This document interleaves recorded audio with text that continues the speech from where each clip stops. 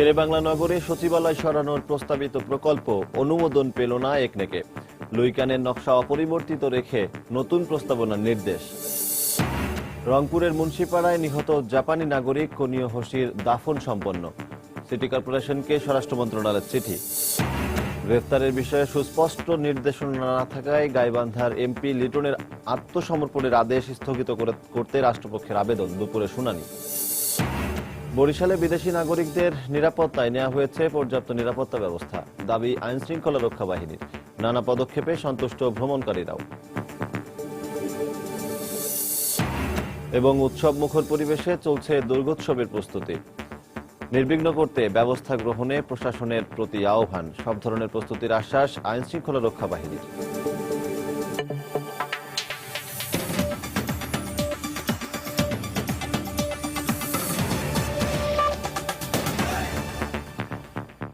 সময় সংবাদের সঙ্গে আছি আমি সজল দাস। শেরেবাংলা নগরে সচিবালয় সরিয়ে নেয়ার প্রস্তাবিত প্রকল্প অনুমোদন পেল না একনেকে। ২,২০৯ কোটি টাকার প্রস্তাবনাটি আরও যাচাই বাছাই এবং পুনর্বিবেচনার জন্য সংশ্লিষ্ট মন্ত্রণালয়ে ফেরত পাঠানো হয়েছে। এক্ষেত্রে প্রধানমন্ত্রী সংসদ ভবনের লুই আইকানের মূল নকশা অপরিবর্তিত রাখার নির্দেশ দিয়েছেন বলে জানা গেছে। সকালে রাজধানী শেরেবাংলা নগরে প্রধানমন্ত্রী শেখ হাসিনার সভাপতিত্বে জাতীয় অর্থনৈতিক পরিষদের নির্বাহী কমিটি একনেকের সভায় এ প্রস্তাব উত্থাপন করা হয়। ৪,৮৬৮ কোটি ৩৩ লাখ টাকা ব্যয়ে মোট ৮টি প্রকল্প অনুমোদনের জন্য একনেকে তোলা হয়। এছাড়া ২,৬৫৪ কোটি ৬৩ লাখ টাকার ৭টি প্রকল্প একনেকে অনুমোদনের কথা রয়েছে। প্রকল্পগুলোর মধ্যে রয়েছে ৭৫০ কোটি ৫৪ লাখ টাকা ব্যয়ে পদ্মা সেতুর নিরাপত্তার জন্য কম্পোজিট ব্রিগেড স্থাপন প্রকল্প। জাপানি নাগরিক কনিয় হোসির লাশের দাফন সম্পন্ন হয়েছে। গতরাত ৩টার দিকে রংপুরের মুন্সিপাড়া কবরস্থানে লাশ দাফন করা হয় বলে জানিয়েছেন জেলা প্রশাসক রাহাত আনোয়ার। এর আগে রাত ২টার দিকে জাপানি প্রতিনিধি দল ও পুলিশ হাসপাতালের মর্গ থেকে কনিয়র লাশ নিয়ে যায়। এদিকে স্বরাষ্ট্র মন্ত্রণালয়ের পক্ষ থেকে লাশের দাফন সম্পন্নের অনুমতি চেয়ে একটি চিঠি গতকালই রংপুর সিটি মেয়র ও জেলা প্রশাসনের কাছে পাঠানো হয়। তবে লাশ দাফন করার বিষয়ে জেলা প্রশাসন ও পুলিশ ক্যামেরার সামনে কথা বলতে রাজি হয়নি। বরিশালে বিদেশি নাগরিকদের নিরাপত্তায় যথাযথ ব্যবস্থা গ্রহণ করেছে বলে দাবি আইনশৃঙ্খলা রক্ষা বাহিনীর। বিদেশিদের যাতায়াতের সময় সার্বক্ষণিক প্রহরায় রয়েছে পুলিশ। তাদের বাসস্থান ও কর্মস্থলে পোশাকধারী পুলিশ ছাড়াও গোয়েন্দা নজরদারির আওতায় আনা হয়েছে। এসব ব্যবস্থায় সন্তুষ্ট বিদেশি নাগরিকরাও। মাহমুদুন নবীর তোলা ছবিতে আরো জানাচ্ছেন ফিরদাউস সোহাগ। সম্প্রতি ঢাকা ও রংপুরে দুজন বিদেশি নাগরিক হত্যার পর আইনশৃঙ্খলা রক্ষা বাহিনী বরিশালে বসবাসরত বিদেশি নাগরিকদের নিরাপত্তায় নানা পদক্ষেপ গ্রহণ করেছে। তৈরি করা হয়েছে বিদেশি নাগরিকদের তালিকা। তাদের বাসস্থান ও কর্মস্থলে পোশাকধারী পুলিশ মোতায়েন ছাড়াও রয়েছে গোয়েন্দা নজরদারি। যেসব বেসরকারি প্রতিষ্ঠান ও এনজিওর সাথে বিদেশি নাগরিকরা সম্পৃক্ত তাদের সাথেও সার্বক্ষণিক যোগাযোগ রক্ষা করা হচ্ছে। সকল থানা, ফাঁড়ি, ক্যাম্প, সকল পুলিশ ইউনিটের প্রধানদের সাথে জরুরি ভিত্তিতে পুলিশ কমিশনার মহোদয় সভা করেছেন এবং বিভিন্ন এনজিও কর্তৃপক্ষ সহ সকলের সাথে সভা করেছে। বরিশালে অবস্থানরত কর্মরত সকল বিদেশিদের জন্য পর্যাপ্ত নিরাপত্তা ব্যবস্থা গ্রহণ করেছে। বিদেশিরা যাতে নির্বিঘ্নে কাজ করতে পারে সে ব্যাপারে পদক্ষেপ নেওয়া হয়েছে বলে জানিয়েছে র্যাব।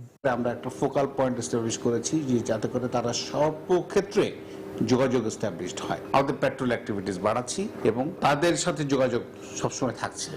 এভাবে আমরা বিদেশিদের নিরাপত্তা পুরোপুরি সময় আমরা রাখতে পারবো বলে আমরা বিশ্বাস করি।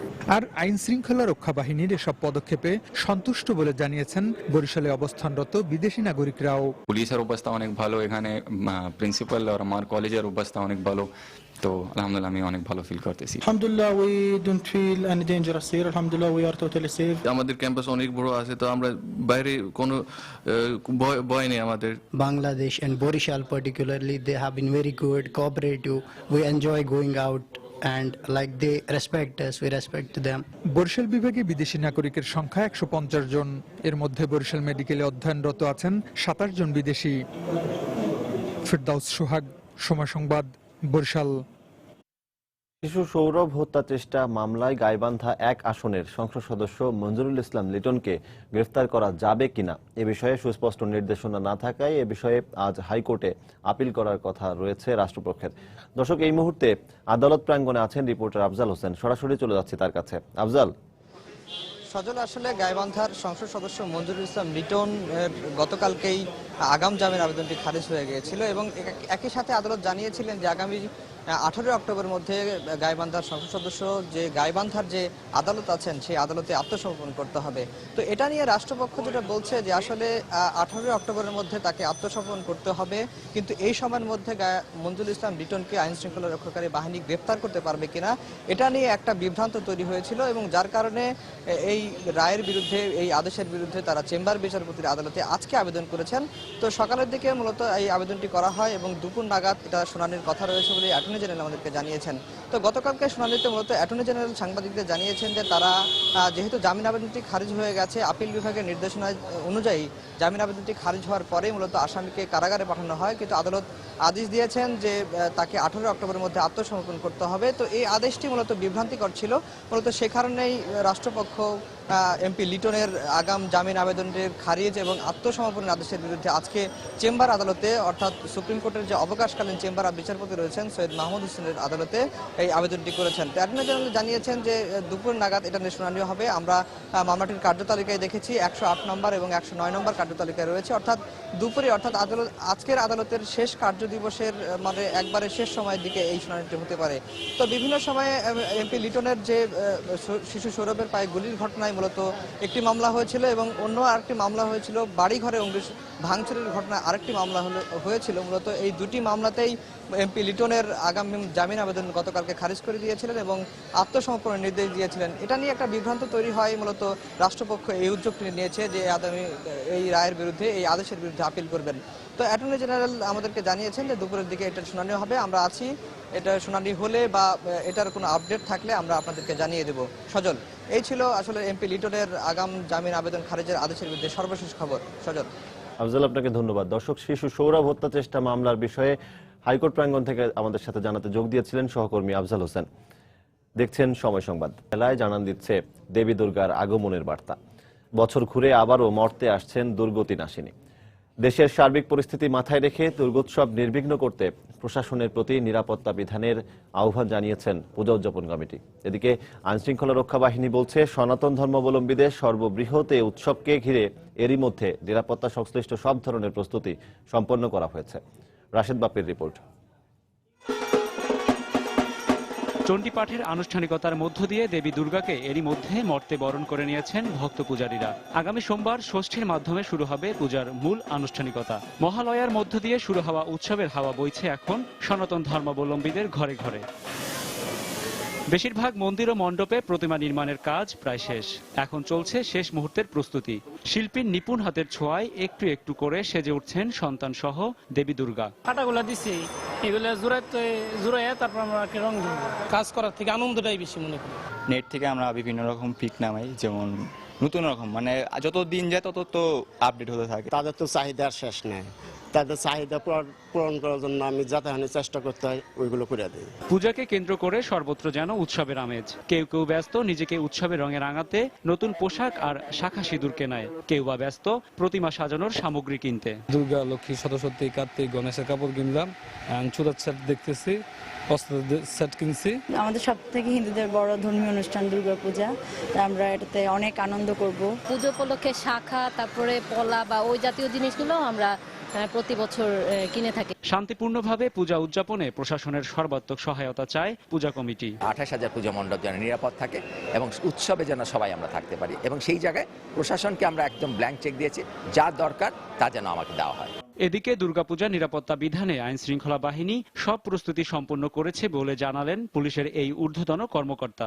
অতি গুরুত্বপূর্ণ এবং সাধারণ এই কয়েকটি ক্যাটাগরিতে আমরা ভাগ করেছি। সেই অনুযায়ী আমাদের নিরাপত্তা বলয় পূজা মণ্ডপকে কেন্দ্র করে আমরা তৈরি করব। আমাদের পোশাকে আমাদের পুলিশ থাকবে, সাদা পোশাকে পুলিশ থাকবে, গোয়েন্দা পুলিশ থাকবে, ইন্টেলিজেন্স এজেন্সি তাদেরও একটা উপস্থিতি থাকবে। দেশে এবছর 29,000-এরও বেশি মণ্ডপে পূজা হবে দেবী দুর্গার। আগামী 19 অক্টোবর ষষ্ঠী তিথিতে বোধনের মধ্য দিয়ে শুরু হয়ে শারদীয় দুর্গোৎসবের আনুষ্ঠানিকতা শেষ হবে 22 অক্টোবর বিজয়া দশমীর মধ্য দিয়ে। রাশেদ বাপ্পি, সময় সংবাদ, ঢাকা। এদিকে উৎসবমুখর পরিবেশে সিলেটে চলছে শারদীয় দুর্গাপূজার প্রস্তুতি। দেবীকে সুন্দর করে তুলতে শেষ মুহূর্তে তুলির আঁচড় দিচ্ছেন প্রতিমা শিল্পীরা। আর গত বছরের তুলনায় এবার পূজা মণ্ডপের সংখ্যা বাড়ায় আশানুরূপ ব্যবসা হয়েছে বলে জানান কারিগররা। নির্বিঘ্নে পূজা পালনের লক্ষ্যে নিরাপত্তার পাশাপাশি গুরুত্বপূর্ণ মণ্ডপগুলোতে সিসিটিভি ক্যামেরা বসানোর সিদ্ধান্ত নিয়েছে আইনশৃঙ্খলা রক্ষাকারী বাহিনী। নৌশাদ আহমদ চৌধুরীর ছবিতে আব্দুল আহাদের রিপোর্ট। দাঁড়িয়াপাড়ায় সিলেটের সবচেয়ে বড় প্রতিমা তৈরির কারখানা এটি। ইতোমধ্যে শেষ হয়েছে মূর্তি বানানোর কাজ। শান্তির দেবী দুর্গাকে আরো সুন্দর করে তুলতে তুলির শেষ আঁচড়টি বুলিয়ে দিচ্ছেন শিল্পীরা। পাশাপাশি অসুরকেও দেয়া হচ্ছে ভয়ঙ্কর রূপ। রং করা শেষে কাপড় পরিয়ে প্রতিমাগুলো পাঠানো হবে মণ্ডপে মণ্ডপে। পরিস্থিতি অনুকূলে থাকায় এবার ব্যবসাও ভালো হয়েছে বলে জানান কারিগররা। মহালয়ার দিন থেকেই আমাদের চক্ষুদান শুরু হবে, তারপরে আস্তে আস্তে প্রতিমাগুলি আমাদের পূজা মণ্ডপে চলে যাবে। ব্যবসা ভালো কারণটা হলো মানুষের ভিতরে স্বতঃস্ফূর্ততা আছে যে আমরা পূজা করব, পূজার আয়োজনটা করব সুন্দরভাবে, পরিস্থিতি ভালো। গতবারের তুলনায় এবার বেড়েছে 16টি পূজা মণ্ডপ। এবার দেবী ঘোড়ায় এসে দোলায় ফিরে যাবে। সিলেটে জেলায় পূজার সংখ্যা বেড়েছে গতবার তুলনায়, 16টি পূজা বেড়েছে। এবার 583টি পূজা মণ্ডপে সার্বজনীন এবং ব্যক্তিগত পূজা অনুষ্ঠিত হবে।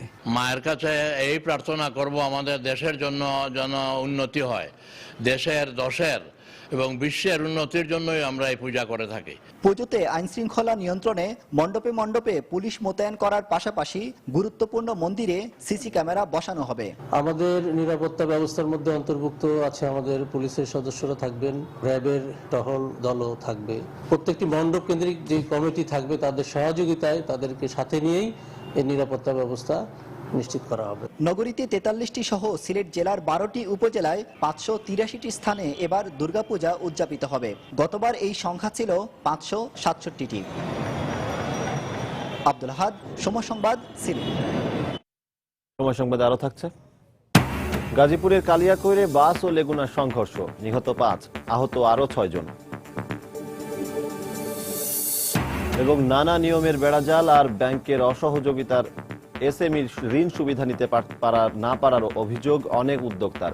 কেন্দ্রীয় ব্যাংক বলছে প্রতিনিয়ত বাড়ছে ঋণ গ্রহণের হার।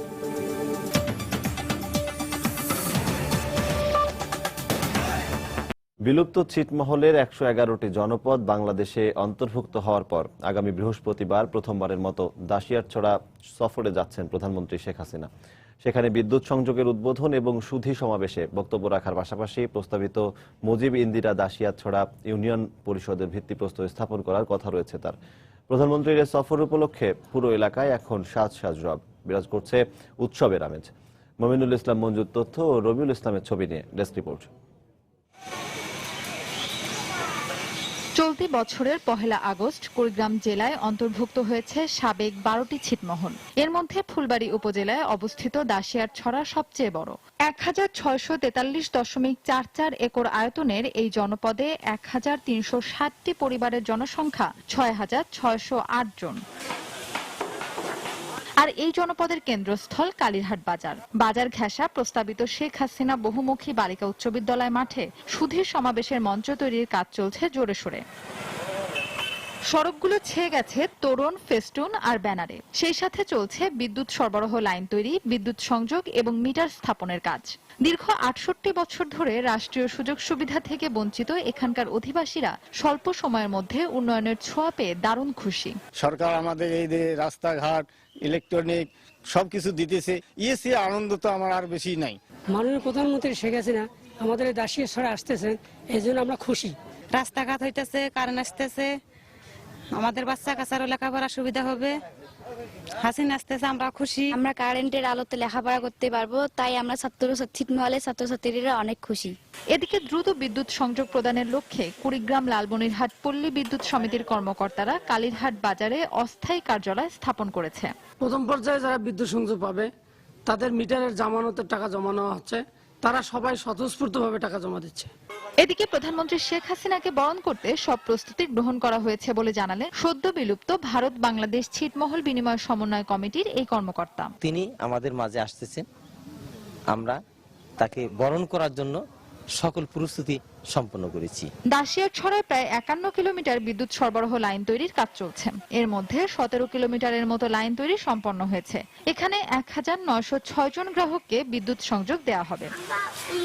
সময় সংবাদ, কুড়িগ্রাম। গাজীপুরে বাস ও লেগুনার সংঘর্ষে 5 জন নিহত হয়েছেন, এতে আহত হয়েছেন আরো 6 জন। সকালে কালিয়াকৈর এলাকায় এ দুর্ঘটনা ঘটে। পুলিশ জানিয়েছে, ঢাকা টাঙ্গাইল মহাসড়কে সূত্রাপুর বাস স্ট্যান্ডে দাঁড়িয়ে থাকা একটি লেগুনাকে উত্তরবঙ্গগামী একটি যাত্রীবাহী বাস ধাক্কা দেয়। এতে ঘটনাস্থলেই লেগুনার চালক সহ 4 যাত্রী মারা যান। এ সময় আহত আরো 7 জনকে উদ্ধার করে কালিয়াকৈর উপজেলা স্বাস্থ্য কমপ্লেক্সে নেওয়ার পর সেখানে আরো একজনের মৃত্যু হয়। তবে নিহতদের পরিচয় এখনো নিশ্চিত হওয়া যায়নি। চট্টগ্রামের লাভ লেনে বড় ভাইয়ের খুনের দায়ে অভিযুক্ত ছোট ভাইকে ঢাকা থেকে গ্রেফতার করা হয়েছে। পুলিশ জানায়, গত রাত 11:30টার দিকে মতিঝিলের শাপলা চত্বর এলাকায় সন্দেহজনক ঘোরাফেরার সময় তাকে আটক করা হয়। প্রাথমিক জিজ্ঞাসাবাদে জানা যায়, তিনিই চট্টগ্রামের বড় ভাই খুনের আসামি মোবাশ্বির চৌধুরী রায়হান। পরে তাকে গ্রেফতার দেখানো হয়।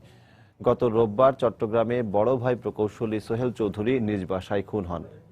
এই ঘটনায় চট্টগ্রাম কোতোয়ালি থানায় একটি মামলা করা হয়েছে। জিজ্ঞাসাবাদে এক পর্যায়ে সে স্বীকার করে যে তার প্যান্টে আমরা রক্ত দেখতে পাই।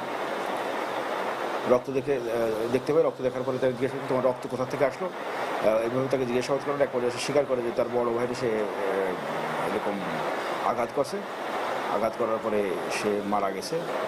তো পরে তাকে আমরা নিয়ে আসি থানায় এবং আমরা কোতোয়ালি থানার সঙ্গে ওসির সঙ্গে যোগাযোগ করি। যোগাযোগ করার পরে আমরা কনফার্ম করে যে হ্যাঁ, এটা তাদের আসামি এবং তারা টিম পাঠাচ্ছে ওকে নিয়ে যাওয়ার জন্য। হাজার হাজার হেক্টর জুড়ে চোখ জুড়ানো জলাভূমি শুধু ভ্রমণ পিপাসুদের মনে শান্তির পরশই বোলায় না, সে মা রূপে পরম মমতায় আশ্রয় দেয় লক্ষ লক্ষ জীবনকেও।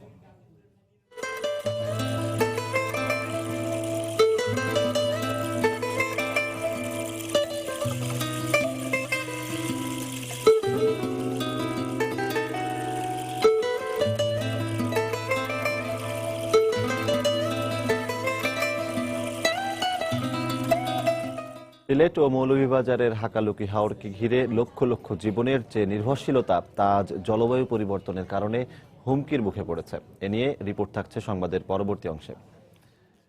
নানা নিয়মের বেড়াজাল এবং ব্যাংকের শাখা অফিসের অসহযোগিতার কারণে এসএমই ঋণ সুবিধা নিতে পারছেন না বিপুল সংখ্যক উদ্যোক্তা। এসএমই ঋণের সার্ভিস চার্জ কমানো সহ ব্যাংকগুলো আরও সেবা বান্ধব হলে ঋণ গ্রহণের হার বাড়বে বলে মনে করেন তারা। এদিকে এসএমই ঋণ গ্রহণের হার প্রতিনিয়ত বাড়ছে উল্লেখ করে কেন্দ্রীয় ব্যাংক বলছে, ব্যাংকিং সেবা গ্রহণের ক্ষেত্রে ক্ষুদ্র উদ্যোক্তাদের যে কোনো সমস্যার দ্রুত সমাধান দিতে প্রস্তুত তারা। মোস্তফা মাহবুবের রিপোর্ট।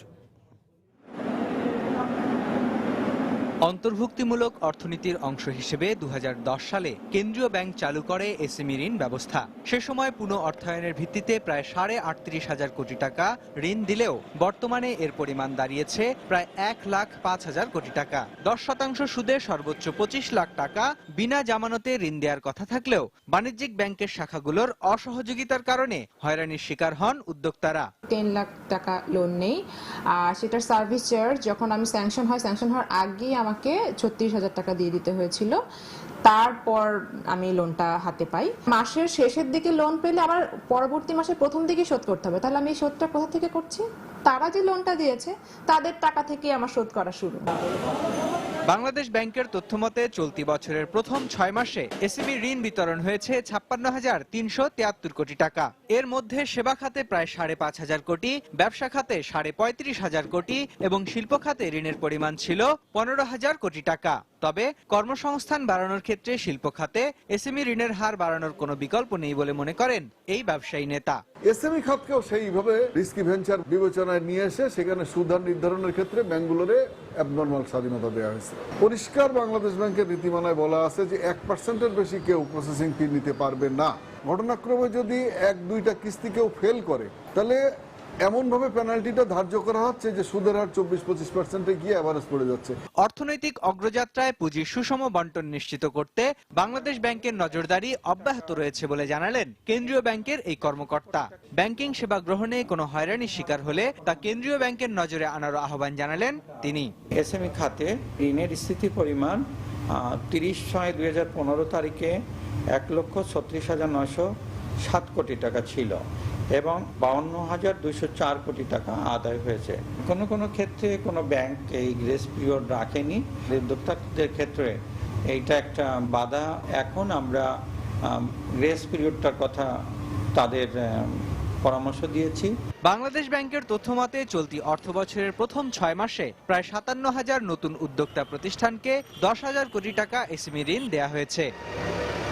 মোস্তফা মাহবুব, সময় সংবাদ, ঢাকা। আমদানি বেড়ে যাওয়ায় হির স্থলবন্দরে আবারও কমেছে পেঁয়াজের দাম।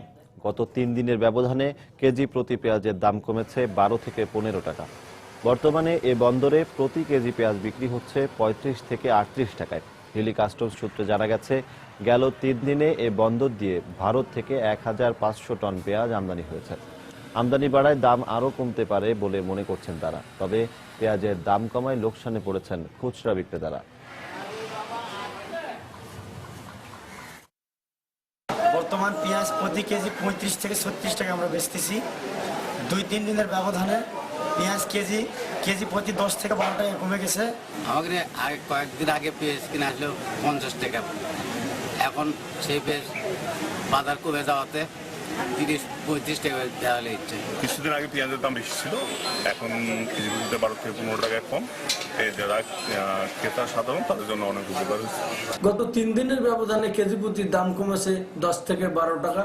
চাহিদার তুলনায় অতিরিক্ত আমদানি হয়, বাজার কমে গেছে।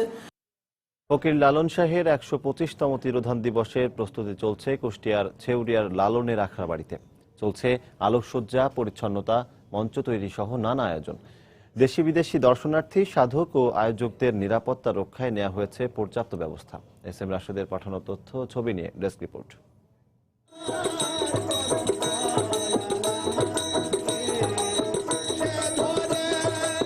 কুষ্টিয়ার ছেউরিয়ায় লালনের আখড়াবাড়ি মানেই যেন সুর সাধনার এক অন্য পৃথিবী।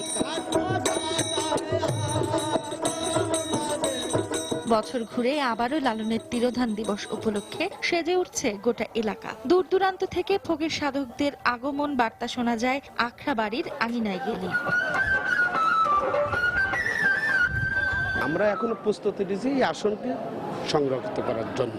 আমরা রাত দিন 24 ঘন্টা পরিশ্রম করছি এবং টাইল দিচ্ছি।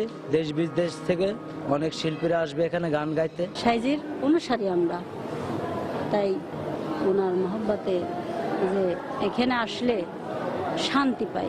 শেষ প্রস্তুতিটুকু সেরে নিচ্ছেন আখড়াবাড়িকে ঘিরে অনুষ্ঠিতব্য মেলায় অংশ নেবেন এমন দোকানিরা ও ক্ষুদ্র ব্যবসায়ীরা। খুঁটি বুঝছি, কাপড় টাঙাচ্ছি, দোকান করছি, সুন্দরভাবে যে মাঠ তৈরি করা, এই কাজে এখন আমরা সবাই ব্যস্ত আছি। প্রতি বছরই সাইজির তিরোধান দিবস উপলক্ষে আয়োজিত লালন মেলায় অংশ নেয় সারা দেশ থেকে আসা হাজারো মানুষ।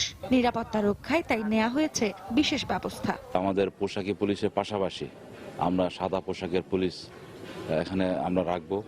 এছাড়াও গোয়েন্দা পুলিশ এখানে ডিপ্লয় করা হবে। বিদেশি যারা পর্যটক যারা এখানে আসবেন তাদের প্রতি আমাদের বিশেষ নজর থাকবে। আগামী 16 অক্টোবর লালনের 125তম তিরোধান দিবস। মাঝরাতে অধিবাস কর্মসূচির মধ্য দিয়ে শুরু হবে 5 দিনের লালন উৎসবের মূল আয়োজন। সময় সংবাদ, কুষ্টিয়া। হাজার হাজার হেক্টর জুড়ে চোখ জুড়ানো জলাভূমি। শুধু ভ্রমণ পিপাসুদের মনে শান্তির পরশই বোলায় না, পরম মমতায় আশ্রয় দেয় লক্ষ লক্ষ জীবনকেও।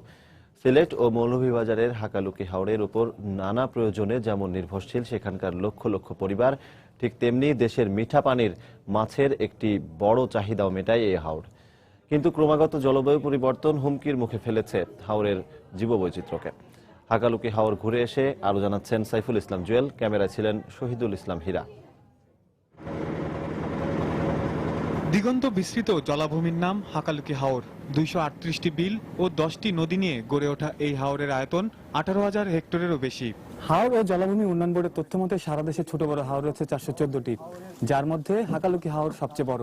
সিলেট এবং মৌলভীবাজার অবস্থিত এই হাওরটিকে ঘিরেই এখানকার মানুষের জীবন জীবিকা নির্ভর করে থাকে। হাওরে মাঝে মাঝে দেখা মিলবে ছোট বড় জেলে নৌকার। বর্ষায় পুরো এলাকাটি পানিতে প্লাবিত হয়, তখন ব্যস্ত সময় পার করেন এখানকার জেলেরা। বাউ, বোয়াল, এরপরে শুরু মাছ, এই ধরনের মাছ আমরা লইয়া নিয়ে বাজারে বিক্রি করি। আর বিশাল এই জলাভূমির 107 প্রজাতির মাছ মিষ্টি পানির দেশীয় মাছের বৃহত্তম প্রজনন কেন্দ্রে পরিণত করেছে এই হাকালুকিকে। তবে সাম্প্রতিককালে একটু একটু করে কমে আসছে হাওরের উৎপাদন। হাওরের বুকে স্থায়ী আবাস গড়া 526 প্রজাতির উদ্ভিদের সংখ্যা কমছে দ্রুত। যে কলকাকুলি হাওরে বেড়াতে আসা ভ্রমণ পিপাসুদের উদাস করে, সেই 305 প্রজাতির দেশীয় পাখিও হারাচ্ছে তার নীড়। খাবারের খোঁজে দূর দেশ থেকে এখানে আশ্রয় নেওয়া 112 প্রজাতির অতিথি পাখির বৈচিত্র্য আর তেমন ভাবে দেখা যায় না। আর এসবের জন্যই বিশেষজ্ঞরা দায়ী করেছেন জলবায়ু পরিবর্তনকে। হাওর জুড়ে বসবাস করা 141 প্রজাতির বন্যপ্রাণীও কমছে দ্রুত। হাওরের জীববৈচিত্র্য রক্ষায় সরকারের পক্ষ থেকে নেওয়া হয়েছে নানামুখী উদ্যোগ। কয়েকটি এলাকাকে ঘোষণা করা হয়েছে মাছসহ জলজ প্রাণীদের অভয়ারণ্য। আমরা পরিবেশ অধিদপ্তর সিবিএসই প্রকল্পের মাধ্যমে এখানে 9টি বিলকে খনন করে অভয়াশ্রম হিসেবে প্রতিস্থাপন করছি। এটা একাধারে মৎস্য অভয়াশ্রম এবং জলাভূমি অভয়াশ্রম। বর্ষা শেষে শুকনো মৌসুমেও হাওর অঞ্চলের মানুষ যেন জীবিকা নির্বাহ করতে পারে, সেজন্য ব্যবস্থা নিয়েছে সরকার। শুষ্ক মৌসুমে 3টি সেচ প্রকল্প হাকালুকি হাওরে স্থাপন করেছি। সেচ পাম্পের মাধ্যমে আমরা হাকালুকি হাওরের জীববৈচিত্র্যকে সংরক্ষণ করতে পারবো। প্রতিবেশগত সংকটাপন্ন এলাকা এবং পরিবেশ সংরক্ষণ আইন 1995 অনুযায়ী হাকালুকি হাওরের পরিবেশের প্রতি নেতিবাচক প্রভাব ফেলে এমন সব কর্মকাণ্ড নিষিদ্ধ করা হয়েছে। তারপরও হাওর অঞ্চলের জীববৈচিত্র্য রক্ষায় হাওর ও জলাভূমি উন্নয়ন বোর্ডকে আরও বেশি কার্যকরী ভূমিকা পালনের তাগিদ দিয়েছেন স্থানীয়রা। সাইফুল ইসলাম জুয়েল, সময় সংবাদ, সিলেট। দর্শক, আমরা আগেই জানিয়েছি শেরেবাংলা নগরে সচিবালয় সরানোর প্রস্তাবিত প্রকল্প অনুমোদন দেয়নি একনেক। লুইকানের নকশা অপরিবর্তিত রেখে নতুন প্রস্তাবনার নির্দেশ দেওয়া হয়েছে। এই মুহূর্তে এ বিষয়ে ব্রিফ করছেন পরিকল্পনা মন্ত্রী আহমা মোস্তফা কামাল। আমরা সরাসরি চলে যাচ্ছি সেখানে। সেখানে আমাদের আরো একটি বিল্ডিং আমরা এখন করব। সেখানে পর্যায়ক্রমে আমাদের আরেকটা বিল্ডিং করলে পরে, 4th বিল্ডিংটা করলে পরে আমাদের মিনিস্টার সাহেব যারা আছেন তাদের সবাইকে আমরা অ্যাকোমোডেট করতে পারবো। আমাদের এরপরে প্রকল্পটি হলো আমাদের মিরপুরে আমাদের যারা সরকারি কর্মচারী যারা আছেন, এখন কর্মচারী বলতে আমরা সবাইকে কর্মচারী বলি। এটা আমাদের যে কনস্টিটিউশন, আমাদের যে সংবিধান, এর সংজ্ঞা অনুযায়ী সেখানে কর্মকর্তাদের জন্য আলাদাভাবে কোনো ডেফিনিশন নেই। কর্মচারী, সরকারি কর্মচারী আমরা একদিন বলে আসছিলাম, এখন থেকে আমরা সরকারি কর্মচারী বলবো, সবাই ইনক্লুডেড হবেন। তো সেখানে তাদের আবাসনের জন্য একটি প্রকল্প, এটা 852 কোটি টাকা, এটা পুরোটা সরকার বহন করবে। এরপরে আমাদের যে প্রকল্পটি সেটি হচ্ছে আমাদের পদ্মা সেতু এলাকায়। আপনি জানেন যে আমাদের সেখানে 99 একটা কম্পোজিট ব্রিগেড আমরা তৈরি করছি। সেটি সেনাবাহিনীর একটি প্রজেক্ট, কারণ এটি নিরাপত্তা দরকার এবং নিরাপত্তার জন্যই এটি আমাদের জাতীয় জীবনে অনেক চ্যালেঞ্জিং একটি জব, অনেক গুরুত্বপূর্ণ একটি প্রকল্প।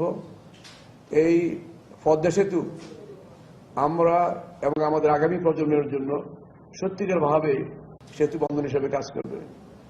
এটার পিছনে অনেক ইতিহাস এর পিছনে লুকিয়ে আছে। আপনারা জানেন এই পদ্মা সেতু কারা প্রথমে ফাইন্যান্স করার কথা ছিল। আজকে এই দেশের সকল মানুষের সহযোগিতায়, সবাই বিশ্বাসকে আমরা গুরুত্ব দিয়ে আমরা আজকে নিজের টাকায়, সরকারি টাকায়, জনগণের টাকায় আমরা নিজেরা এই প্রকল্পটি করছি। তো এটার একটা ঐতিহাসিক পটভূমি আছে। পাশাপাশি আমাদের জাতীয় জীবনে এটা অনেক গুরুত্ব বহন করবে এবং সেই কারণে এটিকে আমরা রক্ষা করার জন্য, দেখভাল করার জন্য, টোটাল সেফটি সিকিউরিটি এটা ইস্যু করার জন্য সেনাবাহিনীকে আমরা দায়িত্ব দিয়েছি এই প্রকল্পটির জন্য, এই কাজটি করার জন্য। সেই জন্য প্রকল্পের আমরা এই ব্রিজের দুপাশেই তাদের জন্য স্থাপনা আমরা তৈরি করে দিচ্ছি। তো সেই স্থাপনাটি, এই প্রকল্পটি আমরা নাম দিয়েছি 99 কম্পোজিট ব্রিগেড। এরপর এটা 750 কোটি টাকা ছিল, আরো কিছু টাকা বাড়বে। এটা এখন প্রায় 950 কোটি বা 1000 কোটি টাকার কাছাকাছি যাবে। তাদের জন্য আরো একটু বাড়তি জমি আমরা দিচ্ছি এখন। এরপরে প্রকল্পটি হচ্ছে আমাদের যে মাতার বাড়িতে আমাদের একটা ইন্টিগ্রেটেড প্রজেক্ট আছে। আপনারা জানেন মাতার বাড়ি প্রকল্পটি সম্বন্ধে জানেন, আমাদের প্রায় 35,000 কোটি টাকার প্রকল্প। এটি জাপান সরকার আমাদেরকে এই অর্থায়ন করতেছে প্রকল্পটি জাইকার হাত ধরে, এবং সেই প্রকল্পটির জন্য আমাদের যাওয়ার রাস্তা নেই, প্রকল্প এলাকায় যাওয়ার জন্য রাস্তা নেই, সেই জন্য সংযোগ সড়ক আমরা করে দিচ্ছি, এবং সেই সংযোগ সড়কের জন্য আমাদের। দর্শক, আজকের একনেক সভায় আলোচিত এবং অনুমোদিত বিভিন্ন বিষয়ে আমাদের সাংবাদিকদেরকে ব্রিফ করছিলেন পরিকল্পনা মন্ত্রী আহমদ মুস্তফা কামাল। আমরা এতক্ষণ সরাসরি ছিলাম সেখানে।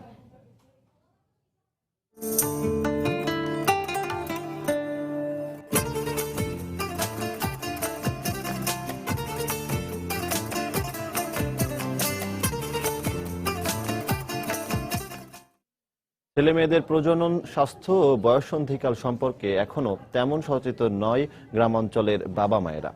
এজন্য সরকারি উদ্যোগে সচেতনতা সৃষ্টি করা প্রয়োজন বলে মনে করছেন সংশ্লিষ্টরা। কেবল অভিভাবকরা সচেতন হলেই সন্তানদের উজ্জ্বল ভবিষ্যৎ নিশ্চিত করা সম্ভব হবে বলে মনে করেন চিকিৎসকরা। গাইবান্ধা থেকে ওবায়দুল ইসলামের ক্যামেরায় হেদায়েতুল ইসলাম বাবুর রিপোর্ট। শরতের শুভ্র কাশবনের সাথে শিশুদের গভীর মিতালি অবাক করার মতো। দল বেঁধে কাশফুল তোলা আর কাশবনের লুকোচুরি খেলায় তাদের আনন্দ পূর্ণতা পায়। দুরন্ত শৈশবের সেই উল্লাস নিয়েই শক্ত মাটিতে পা রাখতে শেখে শিশুরা। সেখানে পার্থক্য থাকে না কন্যা বা ছেলে শিশু, বরং শুভ্র কাশবনে লুকোচুরি খেলার প্রতিযোগিতায় এগিয়ে থাকে কন্যা শিশুটি। তবে হঠাৎ করে একদিন নিজেকে আলাদা করে ভাবতে বাধ্য হয়। তখন তারা কিশোর বা কিশোরী। শুরু হয় শরীর ও মনের পরিবর্তন। তাদের এই পরিবর্তনকালে অভিভাবকদের পাশে না পেয়ে এক ধরনের নেতিবাচক অনুভূতি আর হতাশা গ্রাস করে। বাবা মা তখন মেয়েদের একসঙ্গে খেতে দেয় না, একই বিছানা থাকতে দেয় না, আলাদাভাবে বিছানা করে দেয়। বিভিন্ন ধরনের প্যাড ইউজ করা, তো ওগুলো আমাদের এখন করতে দেয় না, ফলে তারা জরায়ু ক্যান্সারের মতো ভয়াবহ একটা রোগের দিকে ধীরে ধীরে ধাবিত হচ্ছে। শৈশব কৈশোরে পদার্পণের সময় শিশুদের প্রতি খেয়াল রাখতে, অভিভাবকদের সচেতন করতে সরকারি উদ্যোগের পাশাপাশি প্রাতিষ্ঠানিক শিক্ষায় প্রজনন স্বাস্থ্য অন্তর্ভুক্ত করা প্রয়োজন বলে মনে করছেন সমাজের সচেতন মানুষেরা। মেয়েদের ঋতুকালীন সময়ে যে সমস্যাটা তারা বোধ করে, পারিবারিক অসচেতনতার কারণে তারা পরিবারকেও বলতে পারে না, শিক্ষা প্রতিষ্ঠানে এসে কোনো শিক্ষকের সাথে শেয়ার করতে পারে না। সন্তানকে ওই বয়ঃসন্ধিকালে দূরে ঠেলে না দিয়ে তাকে কাছে নিয়ে আসতে হবে, তাকে বন্ধু হিসেবে নিতে হবে। কেবল পরিবার সচেতন হলে শিশুদের শারীরিক মানসিক বিকাশ সম্ভব হবে বলে মনে করেন চিকিৎসকরা। এই সময়টাতে যেহেতু তার একটা গ্রোয়িং পিরিয়ড, এই সময়টাতে তার অনেক পুষ্টির দরকার। এই জন্য ছেলে এবং মেয়ে যেই হোক, তাদের দুইজনের প্রতি বাবা মাদের সমান দায়িত্ব থাকা দরকার। সময়টা সঠিকভাবে পার করে নেওয়ার জন্য তাদেরকে মানসিকভাবে অনেকটা স্ট্রং করে তুলতে হবে। মনোবিজ্ঞানীদের মতে শহর গ্রাম সচ্ছল অসচ্ছল সব পরিবারের কিশোর কিশোরীদের জন্য বাড়তি যত্ন জরুরি। হেদায়েতুল ইসলাম বাবু, সময় সংবাদ, গাইবান্ধা। ঢাকা বিশ্ববিদ্যালয়ের 2015-16 শিক্ষাবর্ষের প্রথম বর্ষ সম্মান ভর্তি পরীক্ষার খ ইউনিটের ফল প্রকাশ হয়েছে আজ। পাশের হার 14.68%। মোট 29,645 জন অংশগ্রহণকারী পরীক্ষার্থীর মধ্যে পাশ করেছে 4,351 জন। সকালে ঢাকা বিশ্ববিদ্যালয়ের উপাচার্য আ.ম.স. আরেফিন সিদ্দিক প্রশাসনিক ভবনে আয়োজিত এক সংবাদ সম্মেলনে এসব তথ্য জানান। আমাদের যে ভর্তি প্রক্রিয়া সেটা 100% স্বচ্ছ একটা প্রক্রিয়ার মাধ্যমে চলে। এই যে আজকে আমরা ফলাফল প্রকাশ করেছি, এটা শুধু ফলাফল পরিসংখ্যান প্রকাশ করছি না। যারাই পরীক্ষায় অংশগ্রহণ করেছে তারা জানতে পারবে যে তারা কতটা শুদ্ধ উত্তর দিয়েছে, কয়টা ভুল উত্তর দিয়েছে, কেন তাদের যে মেরিট পজিশন এই জায়গায় এসেছে। আমাদের সিট সংখ্যা 2300-র মধ্যে আমাদের পাশ করেছে 4,351, প্রায় ডবল। মুদ্রা পাচার ও সন্ত্রাসী অর্থায়ন বন্ধে বাংলাদেশের নেওয়া পদক্ষেপ যাচাইয়ে আন্তর্জাতিক অর্থ পাচার প্রতিরোধ কমিটির বিশেষজ্ঞ দলের সাথে দ্বিতীয় দিনের মতো বৈঠক করছেন দুদক কর্মকর্তারা। সকাল 9টায় রাজধানীর সেগুনবাগিচার দুদক কার্যালয়ে এই বৈঠক শুরু হয়। সেখানে উপস্থিত রয়েছেন CID, coastguard, Bangladesh bank, NBR সহ বিভিন্ন রাষ্ট্রীয় সংস্থার প্রতিনিধিরা। এ সময় এশিয়া প্যাসিফিক গ্রুপ এপিজির সদস্যের কাছে দুর্নীতি প্রতিরোধে দুদকের অনুসন্ধান তদন্তে সন্ত্রাসী অর্থায়ন বন্ধে বাংলাদেশের নেয়া পদক্ষেপের অংশ হিসেবে অগ্রগতির কথা তুলে ধরেন বাংলাদেশ ব্যাংক। এ সময় 40টি শর্ত পালনের পরামর্শ দেয় এপিজি। পাশাপাশি শর্তগুলো পালন করা হচ্ছে কিনা তা মূল্যায়ন করা হয়। বৈঠক শেষে এ বিষয়ে দুদকের পক্ষ থেকে ব্রিফ করার কথা রয়েছে।